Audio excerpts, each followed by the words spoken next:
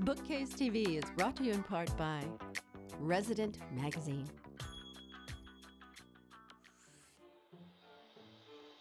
Well, welcome back to Bookcase TV, and this week we're going to be talking about kids' literature. Excuse me, I'm not quite ready for you yet. I have a show to present and an investigation to lead, so if you give me a minute, I will address your case. Thank you.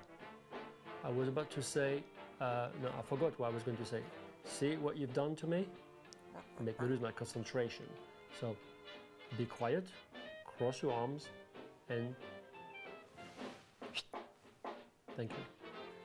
Kids literature, what about it? It's made for young adults, young people to entertain themselves at night before going to bed so they can fall asleep.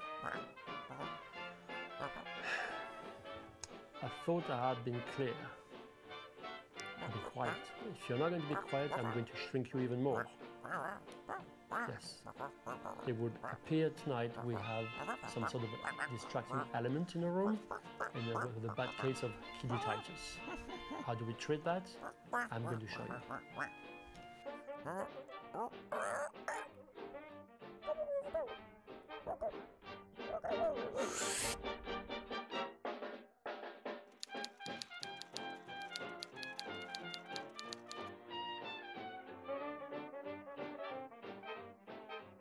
So let's talk about the inception of the Wimpy Kids. So how did I get started with that? Actually, Diary of a Wimpy Kid got started in 1998.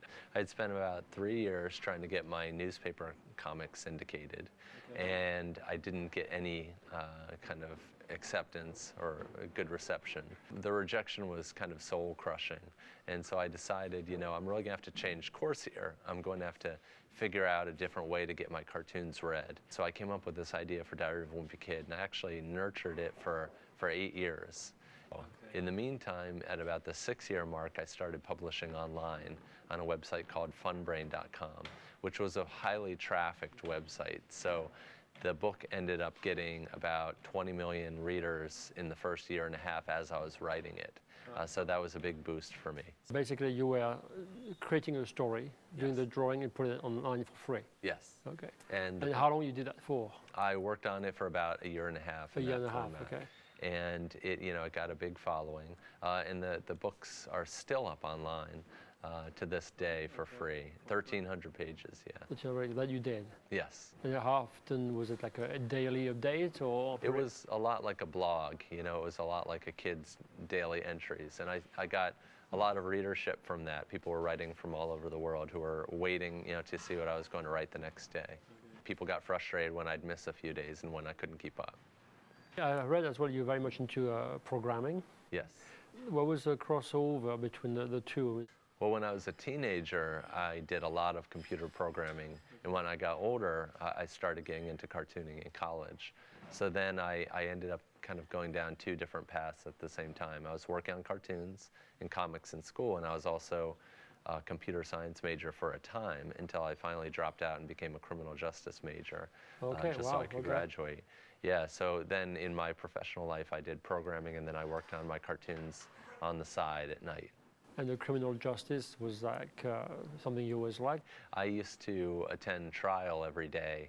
When I worked in Washington, D.C., I used to go to trials, criminal trials, and I was really fascinated by that. So I thought I might have a career as an agent. As an agent?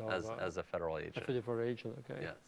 But still, the themes of the Wimpy Kids is always seems to be the outsider, or the guy from the outside who seems to want to pertain to the society, to his gang. Is there a crossover with the justice, the criminal justice, or the fascination for the small guy, maybe? I'm not sure if there is a crossover. Question. I think for me it was just two different interests that didn't really converge. So let me ask you a question a bit more about the substance now. Drawings and programming are very different brains. Yeah. Do you catch yourself thinking or in patterns or drawing in patterns when you do it? Well, I used to think of things in terms terms of code all the time. When I would see a problem of some sort, I would start to work it out in code of how I would solve it as a computer programmer. But as my career has moved on, I have moved away from the coding. And now there are people, you know, essentially, eventually you realize that there are people who do things better than you do. And you leave that to them. And then, is there really a skill, a talent for coding? Yes. I was a moderately skilled programmer. I was a good interactive programmer, but my structure wasn't very good. So I was good at the creative part, but not necessarily the structure part. That would be the execution of it? Or? Yes. Okay. And in terms of success now, we're like 10 years or since '98, it's 14 years since you started. Right. You did not set up to get here, obviously. Right. That happened. What do you attribute the success to what? I think I attribute the success of the books to the humor, to the drawings, the format. It was a little bit unusual at the time, text, a handwritten text, and then cartoons interspersed. But with a real cartoon comic DNA. There are a lot of illustrated books, but this is definitely of comics. And so I think that kids responded to something new. In terms of kids, what do you think they relate to? I think that kids relate to the honesty of the character. That the character might seem real to them. So I think that kids like that. I was going to ask you about the future of the series. Do you already have something planned, or where the character is going to go in the next 5 years? You plan to do 20 books, so right. Where are you with that? Well, there used to be a feeling in me that this was a literary property, that it needed to have an ending point for it to be valid.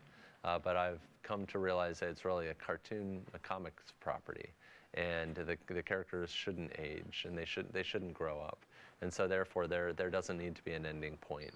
And so I've sort of relaxed over that issue. Yes. Kids, what do they tell you? Kids don't seem to give me much criticism of my work, but they seem to relate to Greg, or to say that this is the only book that they've ever read. So that's really rewarding for me, especially because I was writing actually with a grown-up target in mind. Because, you did? Okay. Because the books came from a comics standpoint, I always thought of comics as a general audience. And so, you know, my father read comics, and so did I. And so I thought that my books were for a general audience as well. And so it's been a surprise to me to become a children's author. So now you have created Greg the way he's grown up to be. How much have you grown, and in what aspect of your life has been transformed? We've had a lot of changes in our lives, my family. There are more opportunities, of course, and you know we're not worried about the future financially. A bigger house, okay. But we, you know, I bought the house next to mine, so I could work in it. I was going to have to rent an office, and then it turned out that the mortgage on a house would be cheaper than renting space around me. So so I work next door, and that's a big change. But most other aspects of my life have been the same. You know, we drive the same cars, and you know, we live in a small town, and so most things are really similar to the way they were before. It's the external circumstances that are so different. Where do you go with all this? I think, you know, I used to feel like we owed it to our children to make sure they had as normal childhood as possible. Okay. And then I met Barbara Bush, and I was talking to her, and I said, what did you do? How did you keep your children's lives normal with all that was going on around you? And she said, well, we didn't try to do that. We tried to embrace that their lives were extraordinary. And I think in that same way, we've tried to, you know, keep a balance between the two, because there's no, you know, doubt that our children's lives are different. They've gotten to meet presidents, and you know, they've gone to the White House and gotten to travel and be on movie sets and all of that. Unbelievable. Yeah, so they've had all of that, but their normal day-to-day lives are really absolutely the same as they were before. So that it feels like there's a separation between the real life and then the fantasy life, and I think my kids have a good balance. What's new about the third wheel? In the third wheel, the seventh Wimpy Kid book, I'm exploring pre-adolescent romance. So you've got Greg looking for a date to a dance, and this has never really been done before in my books. So it's aging the characters up in a way that I feel a little bit uncomfortable with, but it's also fun territory for comedy. And so, you know, all the kids at the school are trying to get a date to the dance, and Greg gets caught up in that. And the responses abroad, because comedies tend to have its own national trademark and it's very hard to export. How does like the British or the French, or like my people, or the German respond to Wimpy Kid? It's been a huge surprise to me that, particularly in the UK, in Germany, in Australia, that the books have really taken off. I always thought that the books were too American. That's right, yeah, it's tough. Yeah, I thought they were too typically American, and instead they've done really well overseas, and I'm really happy to go and visit the kids in other countries. You take your family with you? I have not taken my family with me overseas, but I've taken them all over the United States.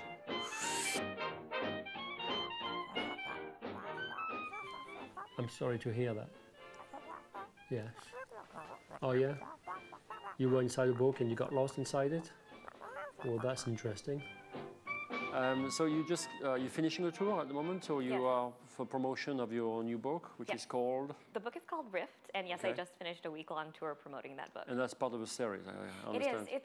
It's kind of has a foot in two worlds, which is it is the beginning of a new series, which tells the story of a war between witches that began in the 1400s. Okay. But that's the same war that's still going on in my Nightshade trilogy, which were the first 3 books that I wrote. And they take place in contemporary Colorado. So they're connected by the war, but separated by several centuries. So there's no time travelers? No time travelers, no. So then I saw the time period, it's like a pre-Renaissance, like a medieval. Yeah. And how much research was involved in the writing?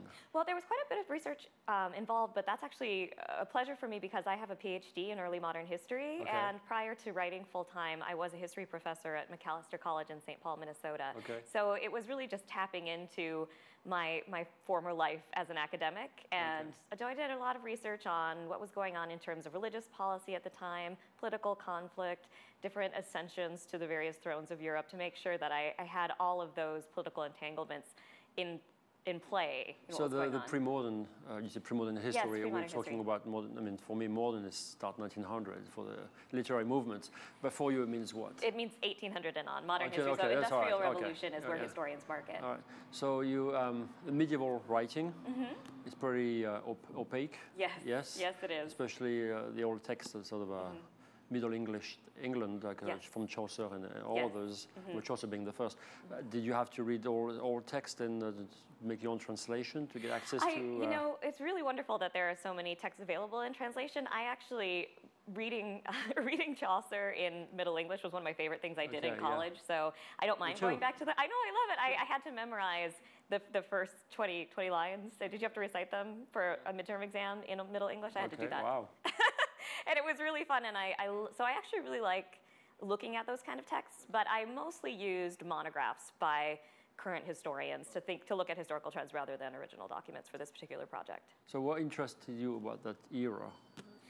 One of the most pivotal moments in the history of witchcraft is the publication of a book called The Malus Maleficarum in 1486. It was written by a German judge named Frederic Cremer, and it basically changed the identification of witches. It was a how-to manual for other judges to tell authorities who's a witch, how to make sure they are a witch, what to do when you decide they're definitely a witch, and then how to get rid of them. Early guidelines. Yes, it's early guidelines. It became one of the most popular books in medieval Europe, and it took witchcraft from being a rather benign part of society to being only associated with the devil.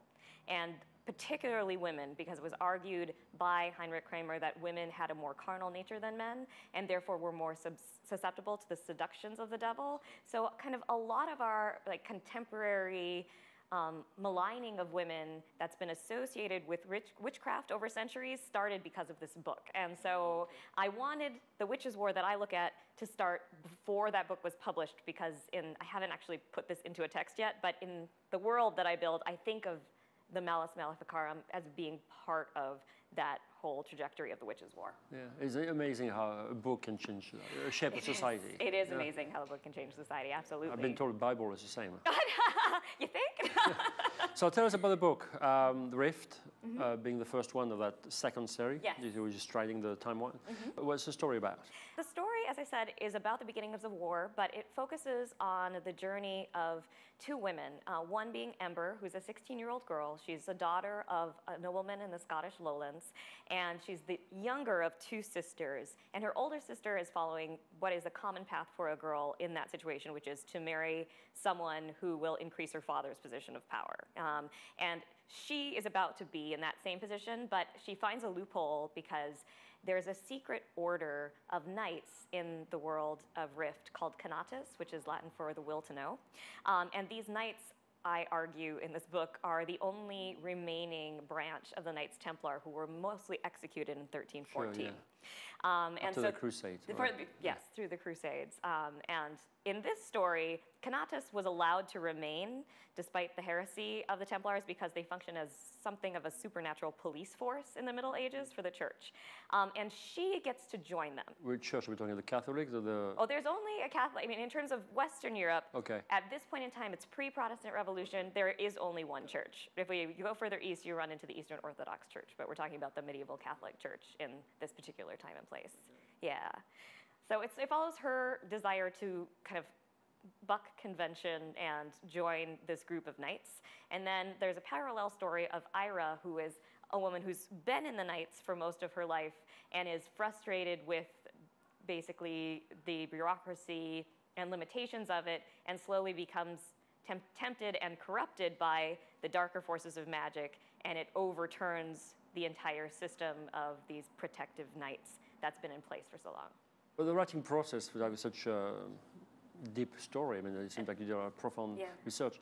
Do you outline? How do you work? Okay. I write scenes as they inspire me, and I think of myself as a jigsaw puzzle writer because the scenes become different, very important pieces that I then have to go back and figure out how they're going to fit together to create the narrative I want. But I have found when I've tried to outline, it's counterproductive to my process, so I've abandoned that attempt. All right. So, and the reaction you get from young women, I suppose, or what sort of reaction do you get? It's been incredibly edifying. They are so excited and incredibly supportive, young women and young men readers, because there's lots of swords and bloodshed in the books as well, so it's nice to draw on both audiences. I really particularly love how many women identify with a strong, independent heroine, that's something that I was always looking for in books when I was growing up. Éowyn from the Lord of the Rings series was my favorite character for a very long time, and so I think for girls to be seeking someone who isn't just waiting to fall in love, who's trying to create a destiny for herself, who isn't afraid to fight for things that she believes in, is something that's really important to me. And so therefore, I love it when it is something that girls are looking for as well. If you find yourself, you sound a bit like a moralist. Yeah? Is that, I mean, like empowering women, the journey, you know, I suppose like, yeah, you're right, it's a good point too. A lot of novels seems to be centered about a relationship and how to find the fairy tale, but your fairy tale has a very different nature. Yeah, I hope so. Why that message for you? You say it's important for me. Too.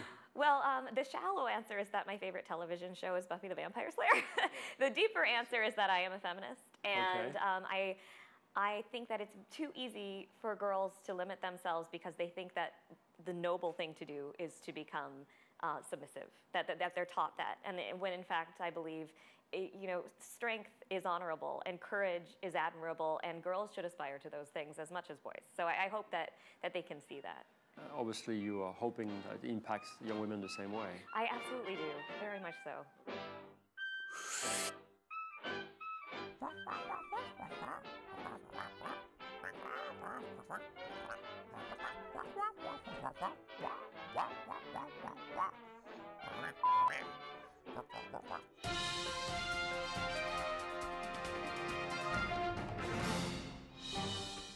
We are all kids at heart, and it doesn't matter how old you are.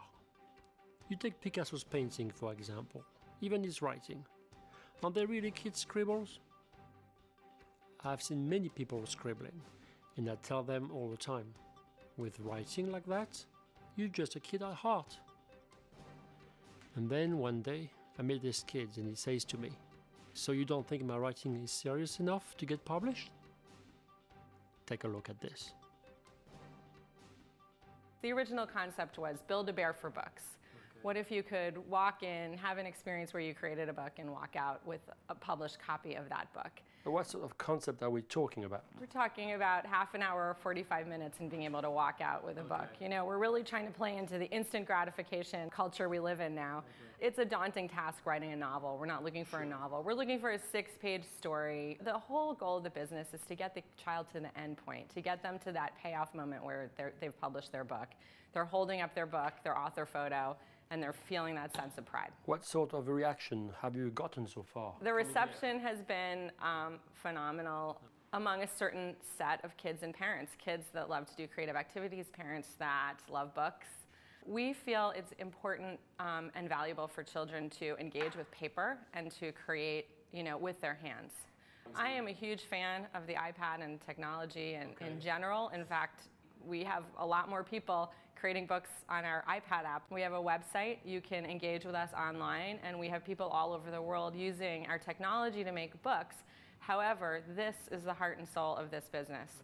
It's that process of sitting down and being creative with your hands. You can log onto our website and create a book right there. We offer a mail-in service, so you can use a tablet to create your book. You can use our website, or you can come in here, and we also offer a mail-away kit.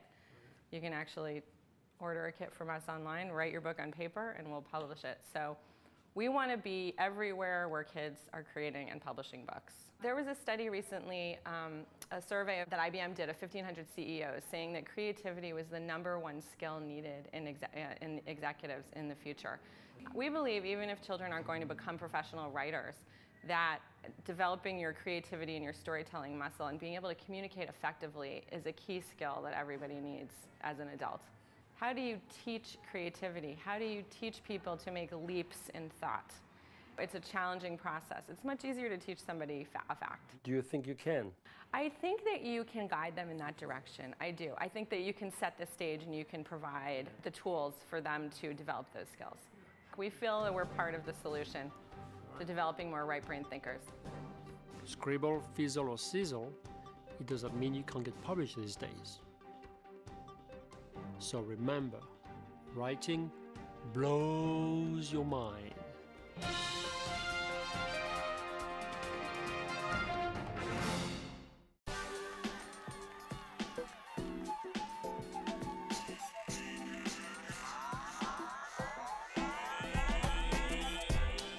So this week, on the pick of the week, excuse me. Hello.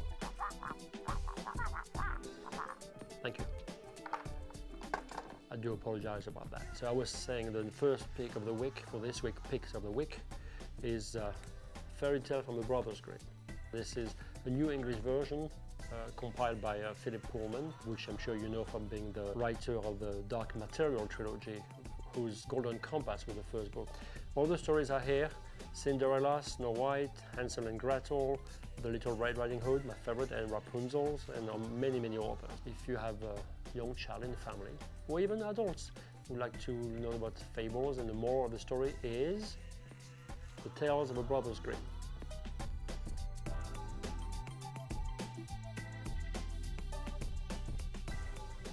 The next book on this week's Pick of the Week, it's a book called Splintered by A.J. Howard. I personally love this book. I'm going to tell you why. Because it's a story of Alice Gardner, a young woman who has a strange affliction. She can hear the whisper of bugs and flowers. All is well until she finds out that her mother had the same affliction and ended up in a mental institution. So now, in order to save the family, the curse that goes back all the way to Alice Liddell, if you don't know who she is, she was the neighbor of someone called Charles Dodgson. Charles Dodgson, who was living in Oxford in the late 1800s, he also wrote a book called Alice in Wonderland. So Alice Liddell was neighbor of Charles Dodgson, alias Lewis Carroll. This young woman, Alice Gardner, served as an inspiration to him as to fix Alice's past. We're talking about draining like an ocean of tears and waking up from a slumbering tea party and etc. etc. So it's very well written. I personally love Lewis Carroll and Alice in Wonderland because it's down a rabbit hole, everything is possible. Not so much a nice picture of childhood, but a bit of a nightmare, but it's great to have kids a little bit scared and to be on their tour a little bit. So Splintered, A.J. Howard. The next book for this week, Pick of the Week, is also a fantastic read, which is another book I love because it's sort of a post-apocalyptic. The Expeditioners by S.S. Taylor, and it's a book about three children, the children of Alexander West, who in a sort of a world where the computer has died and electricity is gone, there's a new race to discover new lands, and this Alexander West, who dies, has just the time to give half of a map to his children for them to go and to discover the new land. The problem is, as always, you have a race, and many governments are also very interested in this map and to know where the new land is going to be. And if that's the case, you have to ask yourself a question: where is the other half of the map? So this is what this children is trying to do, to discover where the new land is, and it's full of, as I said, set up in a post-apocalyptic world, full of interesting personages and very well written as well. So S.S. Taylor, The Expeditioners.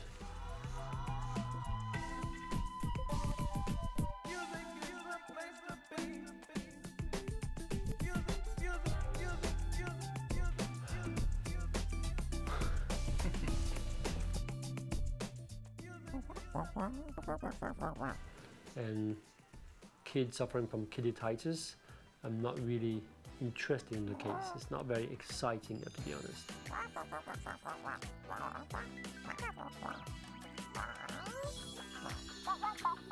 And I have to delete myself.